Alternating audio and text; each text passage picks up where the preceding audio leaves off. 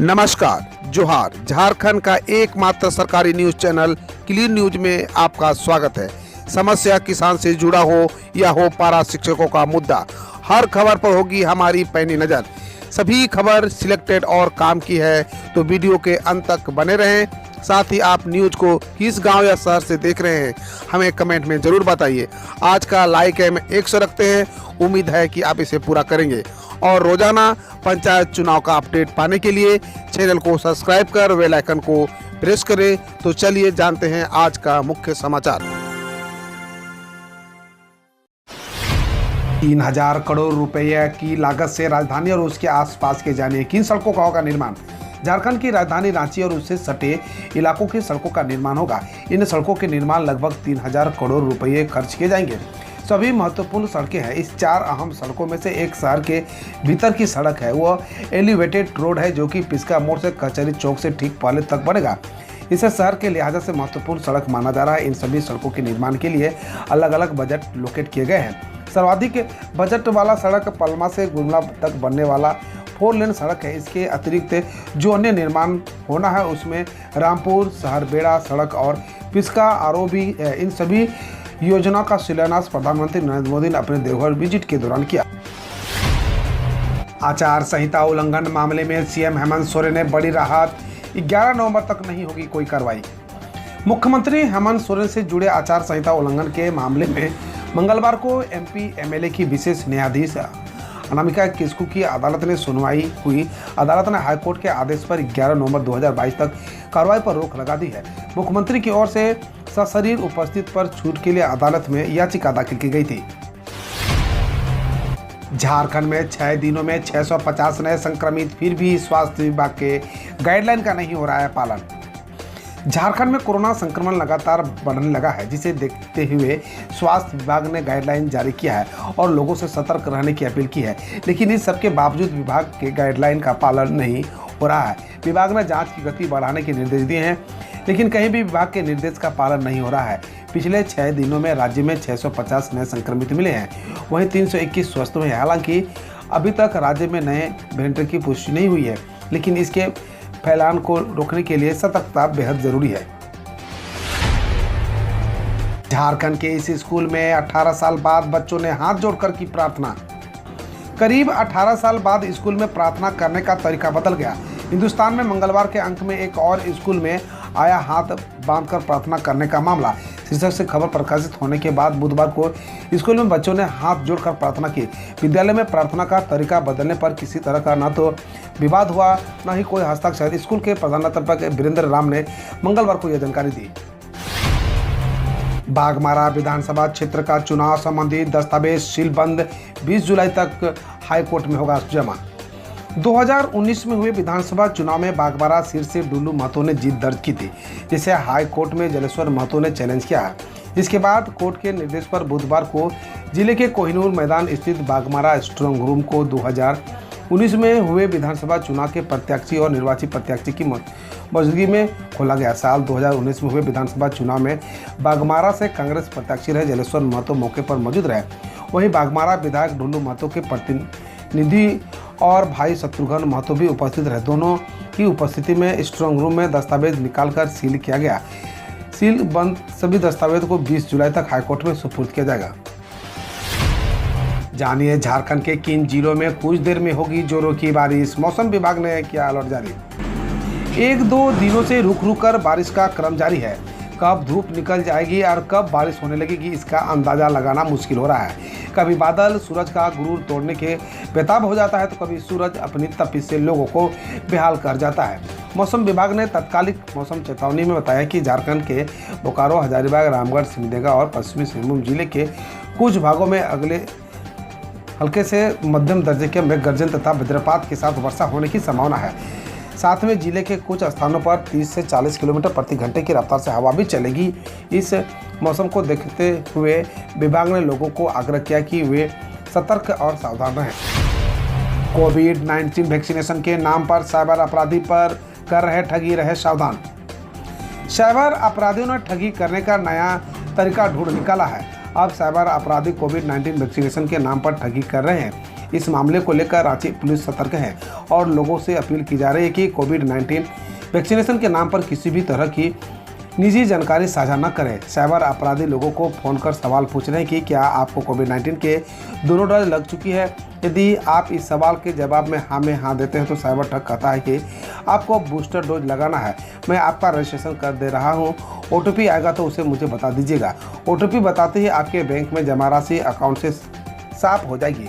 ऐसे मामले को लेकर रांची पुलिस ने पोस्टर जारी कर लोगों से सावधान रहने की अपील की है। देवघर श्रावणी मेला आज से कृषि मंत्री बादल पत्रकार किया मेले का उद्घाटन। बुधवार को कृषि पशुपालन मंत्री बादल के द्वारा श्रावणी मेला 2022 का उद्घाटन किया गया। इस दौरान झारखंड सीमा पर अवस्थित दुम्मा कांवरिया पथ श्रावणी मेला का विधि विधि पूर्वक शुभारंभ करने हेतु 11 वैदिक पुरोहितों द्वारा बाबा बैद्यनाथ की पूजा की गई। पूजा समाप्ति के बाद अतिथियों द्वारा फीता काट कर दीप प्रज्वलित कर मेला के उद्घाटन कार्यक्रम का शुभारंभ किया गया।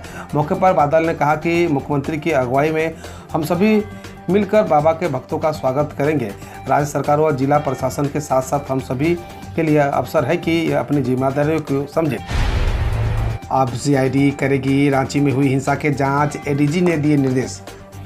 राजधानी रांची के मेन रोड में 10 जून को एक विशेष धर्म समुदाय के लोग ने नमाज अदा करने के बाद पुलिस और मंदिरों को अपना निशाना बनाया था। इस मामले को लेकर रांची के अलग अलग थाना में FIR दर्ज की गई थी।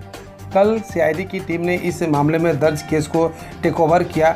मेन रोड में बीते 10 जून को जुमे की नमाज के बाद उपद्रव, पत्थरबाजी, गोलीबारी की घटना का अनुसंधान अपराध अनुसंधान विभाग कर रही है। कर्मचारियों को अगस्त में मिलेंगे एक साथ 2 तोहफे, 27,000 से 2 लाख तक बढ़ेगी सैलरी, एरियर भी मिलेगा। केंद्रीय कर्मचारियों और पेंशनरों के लिए अगस्त का महीना सौगात भरा हो सकता है। अगले महीने की 3 तारीख को कर्मचारियों के झोली में एक साथ 2 बड़े तोहफे आ सकते हैं। इसमें पहला 4% महंगाई भत्ता बढ़ाया जाना और दूसरा फिटमेंट फैक्टर में 3.68% इजाफा शामिल है। अगर DA 4% बढ़ता है तो कुल महंगाई भत्ता 38% हो जाएगी। सैलरी में 27,000 का फायदा होगा। वही बेसिक सैलरी में 8,000 की वृद्धि हुई तो यह 18,000 से बढ़कर 26,000 होगा।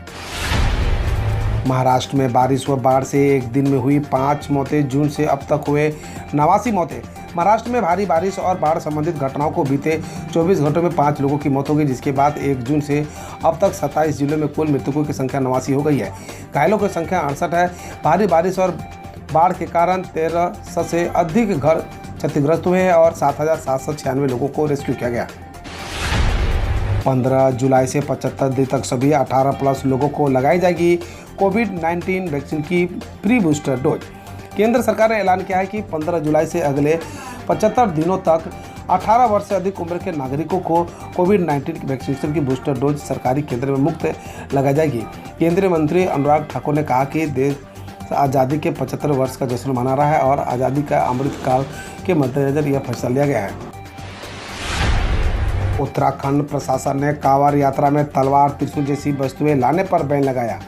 उत्तराखंड प्रशासन ने गुरुवार को शुरू होने वाले कांवड़ यात्रा में तीर्थयात्रियों के तलवार, त्रिशूल और अन्य हानिकारक वस्तुएं लाने पर रोक लगाई है।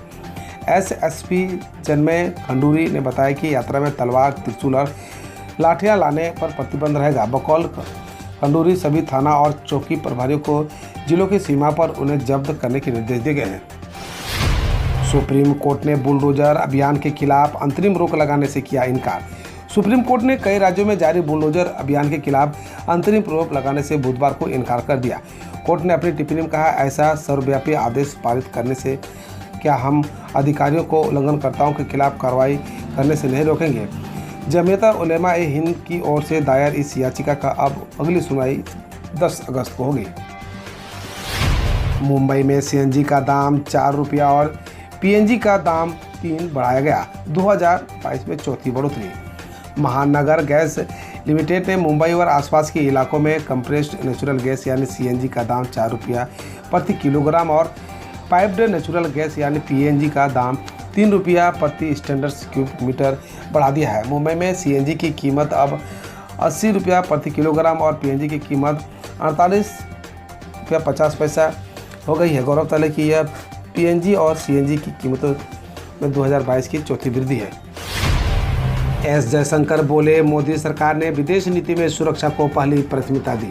विदेश मंत्री एस जयशंकर ने मंगलवार को कहा कि प्रधानमंत्री नरेंद्र मोदी की सरकार ने अपने विदेश नीति में सुरक्षा को पहली प्राथमिकता दी। भारत चीन सीमा पर बोलते हुए उन्होंने कहा, पिछले 2 वर्षों में हम यह सुनिश्चित करने में बहुत स्पष्ट व प्रभावी रहे कि हमारे द्वारा वास्तविक नियंत्रण रेखा यानी LAC पर यथास्थिति को बदलने पर का कोई एकतरफा प्रयास न किया जाए। बाल बाटिका की शुरुआत के साथ उत्तराखंड नई शिक्षा नीति लागू करने वाला पहला राज्य बना। उत्तराखंड के मुख्यमंत्री पुष्कर सिंह धामी ने मंगलवार को बालिका यानी प्राइमरी से पूर्व की कक्षा का उद्घाटन किया।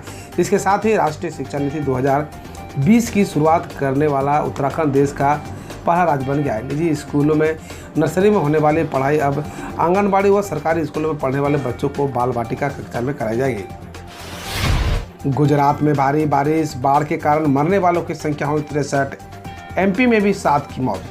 गुजरात में भारी बारिश और बाढ़ के कारण सोमवार को 7 लोगों की मौत हो गई, जिसके बाद प्रदेश में कुल मृतकों की आंकड़ा 63 हो गई है। बीते 24 घंटों में मध्य प्रदेश में बिजली गिरने से 7 लोगों की मौत हो चुकी है। गुजरात के स्कूल समेत 5 और मध्य प्रदेश में 33 जिलों के लिए भारी बारिश के अलर्ट जारी किया गया है। ओवैसी बोले, मुस्लिमों ने अधिक गर्भ निरोधक का इस्तेमाल किया। यूपी CM के जनसंख्या वाले स्थान पर। AMIM प्रमुख असदुद्दीन ओवैसी ने मंगलवार को उत्तर प्रदेश के मुख्यमंत्री योगी आदित्यनाथ द्वारा जनसंख्या असंतुलन पर की गई टिप्पणियों पर प्रतिक्रिया दी। उन्होंने कहा, ज़्यादातर गर्भ निरोधक का इस्तेमाल मुसलमान ही कर रहे हैं। 2016 में कुल प्रजनन दर 2.6 थी, जो अब 2.3 हो गई है। उन्होंने आगे कहा, क्या मुसलमान भारत के कुल मूल निवासी नहीं हैं?